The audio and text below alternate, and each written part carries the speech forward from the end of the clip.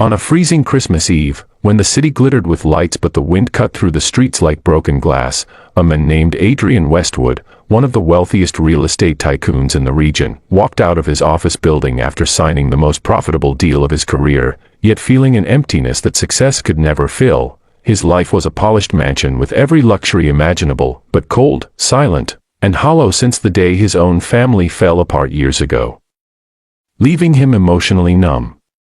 As he stepped onto the icy pavement, he noticed the streets buzzing with families, laughter, and carols, but none of it touched him. He moved like a stranger in a world he no longer felt connected to.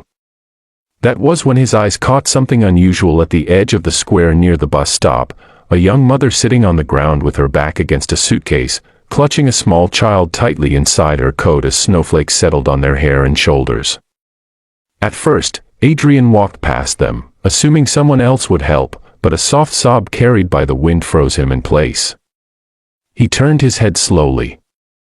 The mother was trembling, holding her daughter, no older than 4, who was visibly shivering, her little hands peeking from the sleeves like tiny icicles.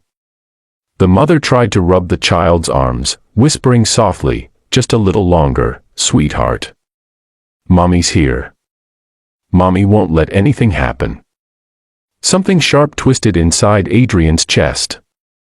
He had heard those same words from his own mother on a winter night many years ago, before life separated them forever. Compelled by an ache he couldn't explain, he walked toward the woman. "Are you all right?" he asked gently. The mother lifted her face, her eyes red from crying, cheeks raw from the cold. We're okay," she lied, her voice cracking. "Please, you don't have to worry." But Adrian could clearly see they were far from okay. "You're freezing," he said. "You shouldn't be out here with a child in this weather. Where are you heading?" She hesitated, holding her daughter closer as the little girl whimpered in discomfort. "Anywhere warm," she whispered. "We just need to get somewhere safe." Adrian crouched down, lowering his tone. "My name is Adrian. I'm not here to harm you. Let me help." The woman exhaled shakily. "I'm Emily," she answered, "and this is Lily." Adrian offered his coat, but Emily refused at first, ashamed. "Please, it's Christmas Eve," he urged. "Let me do at least this much." She accepted reluctantly, wrapping Lily in the thick designer coat that looked far too expensive for her to hold, and Lily immediately melted into its warmth. Adrian then asked what had happened, and Emily, exhausted and emotionally drained, finally told him the truth. She had escaped an abusive relationship that afternoon with nothing but 2 suitcases and her daughter. She had been trying to reach a shelter across town but lost her bus fare after someone stole her bag in the subway. She hadn't eaten since morning, and Lily hadn't eaten since noon. They had been sitting there for 2 hours waiting for someone, anyone, to help, but people walked past without even looking.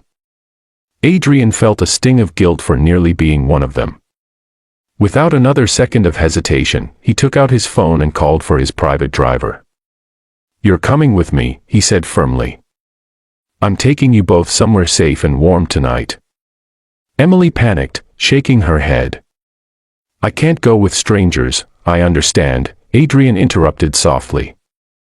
"But you're not going to survive the night out here. Your daughter is freezing. Trust me just for tonight. You can leave tomorrow if you want." Something about his tone, steady, sincere, almost pleading, made her trust him. When the black luxury car arrived, the driver's eyes widened slightly seeing Emily and Lily's condition, but Adrian's expression silenced all questions. He ordered the heater to full warmth and instructed the driver to stop at the nearest 24-hour diner. Inside, Emily shyly ordered the cheapest items on the menu, but Adrian shook his head and told the waiter, "Bring them whatever they want, and bring extra." Watching Lily eat ravenously while Emily held back tears made something inside Adrian crack open. "You're safe now," he told them both quietly. "I promise." After the meal, he took them to his penthouse, not because he wanted to show off, but because it was the only place he knew was secure, warm, and had space. Emily's jaw dropped at the sight of the towering glass windows overlooking the city, the glowing Christmas tree in the corner, and the warmth that hugged them like a blanket the moment they stepped inside. She looked overwhelmed, almost frightened by the sudden contrast between freezing on the street and standing in such luxury. "You can sleep in the guest room," Adrian said gently. "The bathroom is stocked with fresh towels and warm clothes. Lily can rest on the bed, it's soft and safe." Emily burst into tears, apologizing repeatedly for imposing, but Adrian shook his head. "You and your daughter did nothing wrong. You don't ever need to apologize for needing help."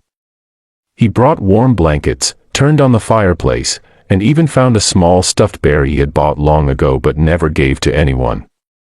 "Maybe Lily would like this," he said awkwardly, and Lily's face lit up. After putting Lily to bed, Emily stepped aside and finally allowed herself to cry freely. Adrian saw her trembling and, without saying anything, poured her a warm cup of tea. She thanked him, her voice barely audible. "Why are you helping us?" Adrian paused, looking into the fire. "Because someone should have helped my mother once, and no one did." Emily didn't ask for details, she didn't need to. She simply nodded, understanding that beneath his wealth, he carried wounds of his own. As the night passed, Adrian checked in on them quietly, ensuring they were warm and comfortable. Emily watched Lily sleeping peacefully for the first time in days and whispered, "Thank you, you saved us." The next morning, Adrian arranged legal assistance, found a safe women's shelter for Emily, and even offered her a job at his company's community outreach center so she could rebuild her life independently. Emily was speechless. "I don't want charity," she said softly. "This isn't charity," he replied. "This is giving you the chance you deserve." Days turned into weeks. Emily worked tirelessly, proving herself responsible, intelligent, and compassionate. Lily adored Adrian, often running to him whenever he visited the center. Slowly, their lives intertwined, not out of obligation but out of genuine human connection. And by the next Christmas Eve, they weren't three strangers anymore, they were a family shaped not by blood, but by kindness, courage, and a moment on a freezing sidewalk where a millionaire stopped walking and chose empathy over indifference. As the snow fell gently outside Adrian's home that next year, Emily looked at him with gratitude shining in her eyes and whispered, "You didn't just save us, you changed everything." Adrian smiled. "You changed me too."